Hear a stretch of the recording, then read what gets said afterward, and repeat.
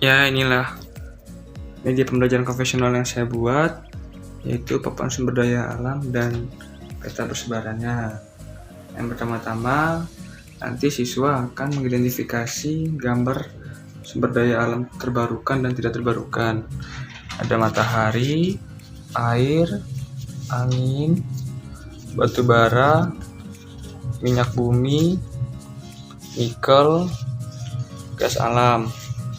Lalu setelah itu siswa akan mengidentifikasi jenis sumber daya alamnya itu, yaitu sumber daya alam terbarukan, lalu ini air juga terbarukan, angin juga terbarukan, dan jenis sumber daya alam batu bara ini tidak terbarukan. Minyak bumi tidak terbarukan, nikel juga tidak terbarukan, dan gas alam tidak terbarukan. Setelah itu, siswa akan mengidentifikasi kembali energi apa saja yang dihasilkan dari sumber daya alam tersebut. Lalu kalau matahari itu menghasilkan energi panas, air menghasilkan energi listrik, lalu angin menghasilkan energi listrik, batu bara menghasilkan energi listrik, lalu minyak bumi menghasilkan energi kimia, lalu nikel menghasilkan energi listrik, lalu yang terakhir gas alam menghasilkan energi panas. Setelah itu, siswa juga akan mengidentifikasi pemanfaatan sumber daya alam. Yang pertama, matahari digunakan untuk menyinari tumbuhan. Lalu, air digunakan untuk sebagai sarana kincir air dan menghasilkan listrik. Kemudian,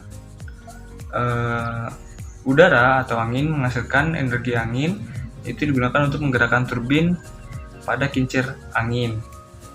Kemudian ada sumber daya alam batu bara. Batu bara ini digunakan sebagai pemasok bahan baku pabrik untuk menggerakkan turbin pabrik. Lalu minyak bumi menghasilkan suatu bahan bakar minyak yang digunakan untuk kehidupan sehari-hari seperti motor atau mobil. Lalu nikel menghasilkan bahan baku untuk pembuatan baterai. Kemudian gas alam digunakan untuk sebagai pemasok bahan baku gas LPG di rumah tangga. Gitu. Kira-kira begini hasil sumber daya alam terbarukan dan terbarukan media pembelajaran konvensional yang saya buat.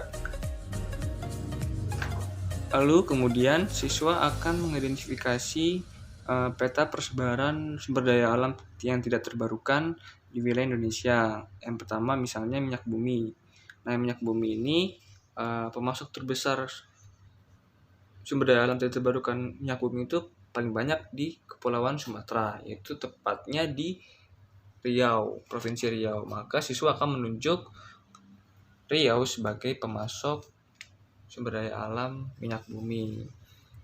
Lalu yang kedua misalnya ada batu bara. Batu bara itu pemasok terbesarnya itu di Kepulauan Kalimantan, lebih tepatnya di Provinsi Kalimantan Timur. Maka dari itu siswa akan menunjuk Pulau Kalimantan Timur sebagai sumber daya alam tidak terbarukan. Ya, selanjutnya yaitu ada gas alam. Nah, gas alam itu pemasok terbesarnya yaitu di Maluku. Nah, oleh karena itu siswa akan menunjuk Maluku sebagai pemasok terbesar gas alam gitu. Dan yang terakhir yaitu misalnya ada nikel. Nikel termasuk pemasok terbesar yaitu di mana? Yaitu di Pulau Papua, lebih tepatnya di Provinsi Papua Barat. Maka kita akan menunjuk Papua Barat sebagai tempat pemasok sumber daya alam nikel terbesar di Indonesia gitu.